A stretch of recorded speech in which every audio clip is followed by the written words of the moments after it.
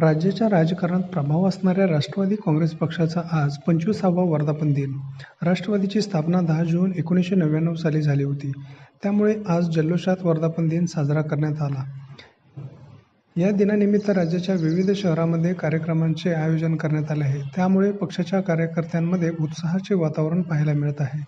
सोलापुरातील जुनी mill compound येथील राष्ट्रवादी भवन कार्यालयाच्या बाहेर ज्येष्ठ नेते हेमंत चौधरी यांच्या शुभ हस्ते ध्वजारोहण करण्यात आले. यानंतर सामूहिक संविधान वाचन करण्यात आले. यानंतर राष्ट्रगीताने कार्यक्रमाचा समारोप करण्यात आला.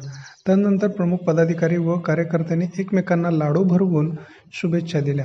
यावेळी सेवा दल अध्यक्ष प्रकाश जाधव, माजी परिवहन सभापती आनंद मुस्तारे, फारुख मटके, डॉ. बसवराज बगले, राजाभाऊ बेळेनवरू, शशिकला कसपटे, चित्रा कदम, किरण माशाळकर, पवन पाटील, ॲडव्होकेट अमोल कोटीवाले, रुपेश भोसले, वैभव गंगणे, नागेश निंबाळकर, आशुतोष नाटकर, अनिल बनसोडे, अनिल उकरंडे, ॲडव्होकेट सलीम नदाफ, नारायण माशाळकर, इरफान शेख, सुजित अवघडे, महेश कुलकर्णी, ओंकार हजारे, शामराव गांगर्डे, प्रिया पवार, ज्योती षटगार, कांचन पवार, अनुराधा बनसोडे, सुरेखा घाडगे, पल्लवी पाटील, राजूसिंग फटफटवाले, प्रज्ञासागर गायकवाड, मौला शेख आदींसह कार्यकर्त्यांची यावेळी मोठी उपस्थिती होती.